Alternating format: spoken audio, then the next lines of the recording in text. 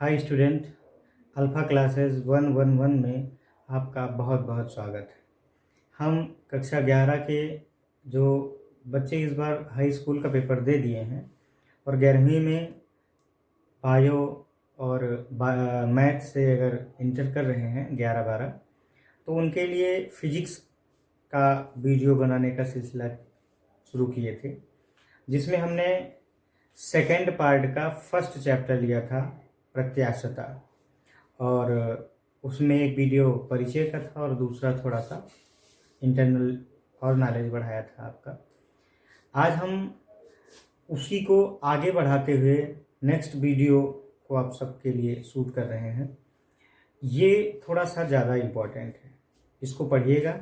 कई कंपटीशन में इसके बारे में पूछा भी जाता है। तो मैंने पढ़ाया आपको था हुक का नियम, और इस नियम में हुआ क्या था कि जो प्रतिबल है वो ऑल टाइम सदैव विकृति के समानुपाती होता है। ये सबसे इंपॉर्टेंट फैक्ट हमने बताया था कि प्रतिबल किसके, विकृति के समानुपाती होता है। और हमने यहाँ पर एक बात रखी थी कि प्रतिबल बराबर कैपिटल E इंटू विकृति, और ये E क्या है, यही प्रत्यास्थता गुणांक है। हमने यहाँ तक की बात रखी थी, मेरे हिसाब से पूरा समझ में आया होगा। अब आगे की जो बात है, प्रत्यास्थता गुणांक की परिभाषा, इसके प्रकार, इन बातों पर हम चर्चा करेंगे। वास्तव में प्रत्यास्थता गुणांक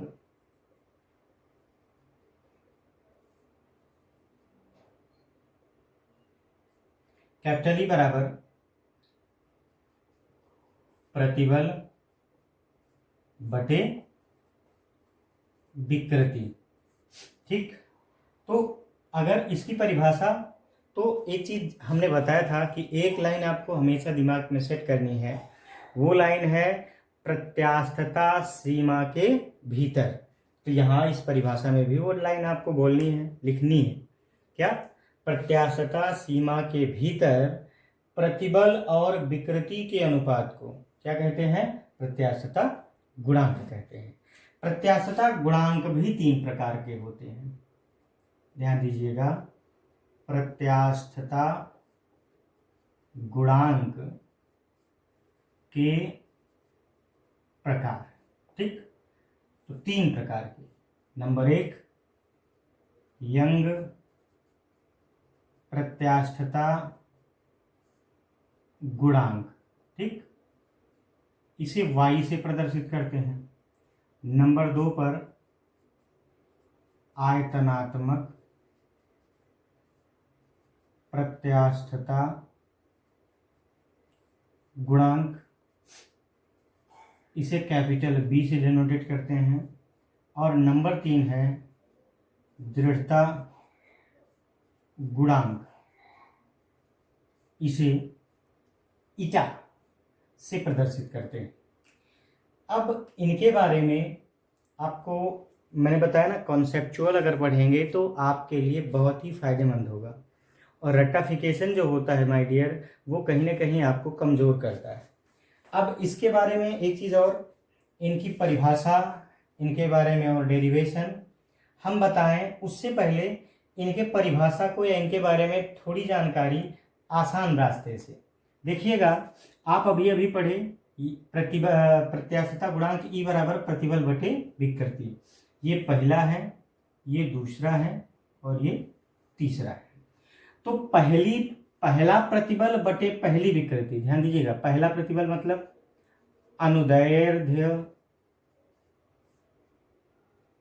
प्रतिबल, पहला प्रतिबल मतलब अनुदैर्ध्य प्रतिबल अपान, जैसे यहाँ विकृति वहाँ पहली विकृति मतलब अनुदैर्ध्य विकृति, ठीक। इसकी परिभाषा हम आसान तरीके से बता रहे हैं। दूसरा क्या है, आयतनात्मक, तो दूसरा भी वही है, दूसरा प्रतिबल बटे दूसरी विकृति, मतलब अभिलंब प्रतिबल बटे आयतन विकृति। ठीक। दृढ़ता गुणांक तीसरा, अपरूपक प्रतिबल बटे अपरूपण विकृति। मैं इसका एक शॉर्टकट बताऊंगा आपको, क्या क्या कैसे है। ठीक। इस मामले को आप बहुत अच्छे से ध्यान देंगे तो पूरा पूरा समझ में आ जाएगा। तो यंग प्रत्यास्थता गुणांक की अगर परिभाषा की बात करी जाए तो ध्यान से देखिएगा, वो लाइन आपको बोलना है कौन सी, प्रत्यास्थता सीमा के भीतर। प्रत्यास्थता सीमा के भीतर अनुदैर्ध्य प्रतिबल और अनुदैर्ध्य विकृति के अनुपात को क्या कहते हैं, यंग प्रत्यास्थता गुणांक कहते हैं। कुछ इसी से आपका परिभाषा, इसे वाई से प्रदर्शित करते हैं। बाकी इसके और डीप जो है वो आगे हम बताएंगे, बट इसके बारे में थोड़ा सा इंट्रोडक्शन है। इसे वाई से प्रदर्शित करते हैं। दूसरा आपका है सबसे इंपॉर्टेंट, आयतनात्मक प्रत्यास्थता गुणांक। वो क्या है, अभिलंब प्रतिबल बटे आयतन विकृति। तो वही लाइन, प्रत्यास्थता सीमा के भीतर अभिलंब प्रतिबल और आयतन विकृति के अनुपात को क्या कहते हैं, आयतनात्मक प्रत्यास्थता गुणांक कहते हैं। इसे कैपिटल बी से डिनोटेट करते हैं, बी से प्रदर्शित करते हैं। फिर आई बात दृढ़ता गुणांक की, तो यहाँ भी वही, प्रत्यास्थता सीमा के भीतर अपरूपक प्रतिबल और अपरूपण विकृति के अनुपात को दृढ़ता गुणांक कहते हैं। तो इन तीनों में प्रत्यास्थता गुणांक के जो प्रकार हैं, इन तीनों का फॉर्मूला और इनकी परिभाषा आप ऐसे ही सुना सकते हैं, मतलब तैयार किए रहें, जब आपको लिखने का टाइम आए तो आप ऐसे लिख सकते हैं। इसको नोट डाउन करिए।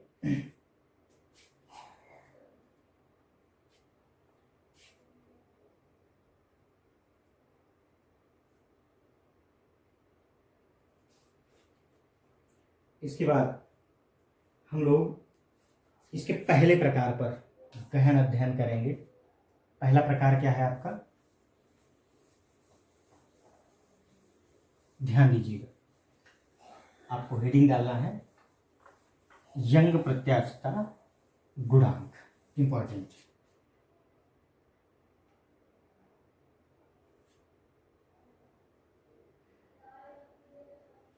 चलो, यंग प्रत्यास्थता गुणांक। ठीक। तो y बराबर आपने पढ़ा क्या है, अनुदैर्ध्य प्रतिबल बटे अनुदैर्ध्य विकृति। इस सवाल को इस सूत्र को दिमाग में मेंटेन करना है। हम मानते हैं एक कैपिटल एल लंबाई का कोई तार है, ये ठीक, जो एक आधार यस से ऐसे लटकाया गया है और इसकी लंबाई हमने क्या बताया, कैपिटल ये। तो तार बेलनाकार होता है, तो हमने इसकी रेडियस जो त्रिज्या है वो मान लिया स्मॉल आर। ध्यान दीजिएगा। अब इस पर हम क्या करें कि यम स्मॉल यम द्रव्यमान का कोई पदार्थ हम लटकाएं इसे, है। तो लटकाने से इसकी लंबाई में जो वृद्धि होती है हमने स्मॉल यल मान लिया, है ना, और इसका जो भार होगा यम जी, उसकी डायरेक्शन नीचे की होगी। तो यही चीजें आपको लिखना है, जो हमने चित्र में बताया, यही चीजें आपको हिंदी में बढ़िया से लिखना है। कैसे, मान लिया कैपिटल एल लंबाई का कोई तार आधार यस से लटकाया गया है ना, जिसकी त्रिज्या स्मॉल आर है। जब तार में स्मॉल यम द्रव्यमान का, इसमें कोई स्मॉल यम द्रव्यमान का पिंड है, ऐसे लटकाया गया, जिससे क्या इसके तार में वृद्धि जो हुई, मैंने जो यल था तार लटकाने से उसकी लंबाई में जो वृद्धि हुई स्मॉल यल मान लिया गया। अब बोले अनुदैर्ध्य प्रतिबल, अनुदैर्ध्य प्रतिबल मैंने बल बटे क्षेत्रफल। ध्यान से सुनिएगा, सबसे पहले हम क्या निकालेंगे यहाँ, अनुदैर्ध्य प्रतिबल। प्रतिबल बराबर पढ़े हैं बल, तो यहाँ बल तो कोई दिख नहीं रहा है, लेकिन किसी वस्तु का जो भार होता है वो उसके बल के बराबर। मैंने ये जो लटकाया गया भार है, ध्यान दीजिएगा, क्या लटकाया गया भार, ये क्या है, बल है, बटे। अब यहाँ इसका जो अनुदैर्ध्य अनुदैर्ध्य प्रतिबल, प्रतिबल बराबर बल बटे क्षेत्रफल, तो बेलन का क्षेत्रफल निकालेंगे, लटकाया गया भार बटे क्षेत्रफल। तो इसका जो लटकाया गया भार कितना है, mg, और आपने पढ़ा होगा पिछली क्लास में इसका जो क्षेत्रफल होता है वो होता है पाई आर स्क्वायर, इसकी त्रिज्या स्मॉल आर है। अब हम निकालेंगे क्या, अनुदैर्ध्य विकृति।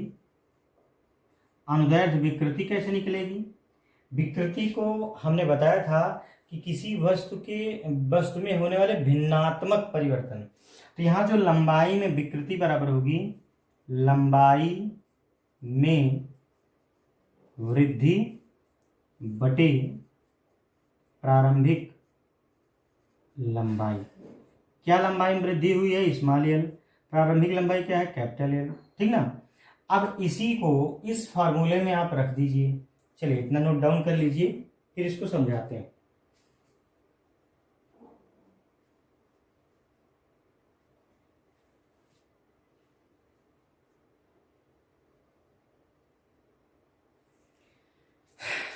एक बार फिर से समझो, यंग प्रत्यास्थता गुणांक की परिभाषा क्या लिखोगे, कैसे लिखोगे, प्रत्यास्थता सीमा के भीतर अनुदैर्ध्य प्रतिबल और अनुदैर्ध्य विकृति के अनुपात को यंग प्रत्यास्थता गुणांक कहते हैं, इसे y से प्रदर्शित करते हैं।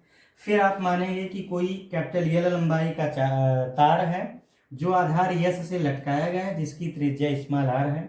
जब इसमें स्मॉल एल द्रव्यमान का कोई पिंड लटकाया जाता है तो उसकी लंबाई में स्मॉल एल की क्या हो जाती है, वृद्धि हो जाती है। तब हमें यंग प्रत्यास्थता गुणांक के लिए क्या क्या निकालना होगा, अनुदैर्ध्य प्रतिबल बराबर होगा जो इसमें भार लटकाया गया भार, और क्षेत्रफल को आप ये भी जानिए कौन सा क्षेत्रफल होगा इसका, अनुप्रस्थ काट का क्षेत्रफल, अनुप्रस्थ काट का क्षेत्रफल, ठीक। अब इसमें mg इसका भार है और क्षेत्रफल हमने बता ही दिया था। फिर विकृति, अनुदैर्ध्य विकृति माने भिन्नात्मक परिवर्तन, कितना लंबाई में वृद्धि हुई है और इसकी प्रारंभिक लंबाई क्या थी, ठीक ना। अब आगे देखिए, अब हम इसी को मूल सूत्र में, मूल फॉर्मूले में रख देंगे और हमारा आ जाएगा। चलिए इसको रखिए, इसलिए y बराबर, ये फॉर्मूला होता है तो y बराबर अनुदैर्ध्य प्रतिबल मतलब mg by pi R square अपान, ठीक ना, ये भी क्या हो जाएगा, यल अपान कैपिटल एल। तो ये कैपिटल एल तो ऊपर चला जाएगा, मैंने y बराबर mg capital L by pi R square small L. ये आपका प्रमुख और महत्वपूर्ण सूत्र आ गया, ठीक ना, यंग प्रत्यास्थता गुणांक के लिए। कहीं कहीं किताबों में आपने देखा होगा स्मॉल एल की जगह डेल्टा कैपिटल एल लिखते हैं, उसमें कहीं कोई समस्या नहीं होगी। तो ये था यंग प्रत्यास्थता गुणांक, मेरे हिसाब से सबसे सरल भाषा में है। आप केवल कंसंट्रेट होके एक एक पॉइंट पढ़िए, दावा के साथ कह रहे हैं कि आपके पूरे समझ में आएगा। कंपटीशन में पूछा जाता है। आगे हम बहुत ही इम्पॉर्टेंट टॉपिक है, पॉइंट जो आपका स्टार्ट होने वाला है, अगले वीडियो में बताएंगे। एक बात दिमाग में रखिएगा कि इसको बहुत स्लोली समझने की कोशिश करके तब पढ़िए। जब आप समझदारी के साथ पढ़ेंगे तो कोई ऐसी बात नहीं है कि आपके समझ में ना आए। बहुत जल्दी नेक्स्ट वीडियो में मिलते हैं, तब तक के लिए बहुत बहुत धन्यवाद। Thank you.